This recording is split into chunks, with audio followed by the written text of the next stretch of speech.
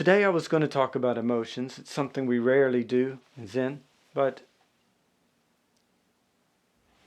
to get there, first I want to talk about this bright awareness, because that is where the energy returns to. Like light re-entering the energy field at the end of its journey. Without it, then the emotions are just circling our mental pathways, degrading, turning into sludge. There's no help for it. What can you do? You have to just live through it. So how do we develop this bright awareness? Let's talk about it.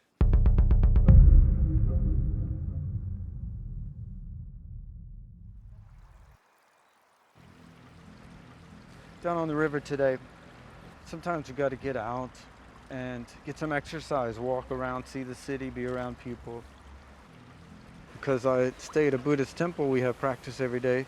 Wake up every morning at 4 in the morning. 4 to 6 we do meditation practice, and again in the evening 6 to 8. And all during the day we hear Buddhists chanting in the halls, so I'm immersed in it. And of course we have long retreats too. Most of my life I've been out in the world and developed that way too. I think both are very important. If you only stay in the temple, then you kind of like being in a bubble. You don't develop some parts of yourself. That's one of the first things I learned from a Vipassana teacher, the first retreat that I sat. Your persona has to be hard won. You have to develop, you have to do the work to develop it. You can't just retreat to the monastery with all of your problems and expect Buddha to take them away from you. The spiritual part certainly requires a lot of effort too, but it's not the only one. In fact, I think for younger people it's better that they finish their things in the world first. If you have some rough edges, the world will wear them down naturally. But if you just go into a small community, it's a lot of work for us to to soften you up. It's a lot of work. So it's better to do that outside first. 안녕하세요. Yeah, 문제 없어요. 반갑습니다.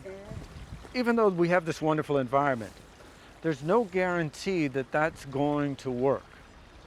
That you can find this bright awareness inside of you and develop it. That is something magical, and not everybody can do it. I think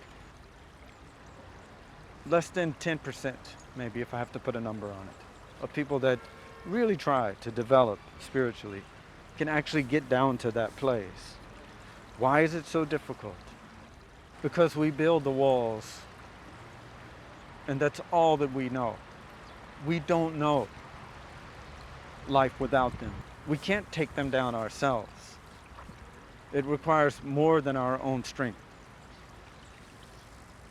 So the energy that you have to generate is phenomenal. It's a phenomenal process. If you want to break through the wall, then you have to contain energy for a long time and develop this power structure. The first step is you have to get your life in order. You take precepts, you learn the forms, you straighten out your activity so that you're not creating a lot of dissonance. Everything's kind of lined up, simplified. Get rid of everything extra. That process is how you learn meditation. That's how you get your mind in order and it begins to resonate at the right frequency. The great Zen master told me that. It was really a wonderful insight into the mind. I have to warn you, he said, if I tell you this, it may destroy your practice. So do you want me to, what was I supposed to say? Let's hear it. I want all of it. So he said, the energy of the universe isn't constant. It's pulsing like starlight. When I finally learned how to meditate deeply, it was through that, through not trying to just hold my mind tight, which is impossible. Good luck if you try to do that.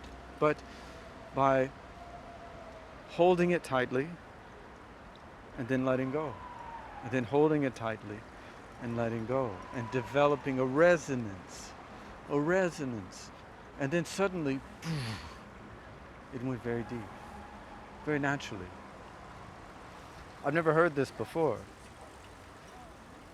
But if you understand this is the way energy works, it will help you a lot. Maybe you develop your own technique. But most of these meditation techniques have a rhythm to them. There's a reason for that.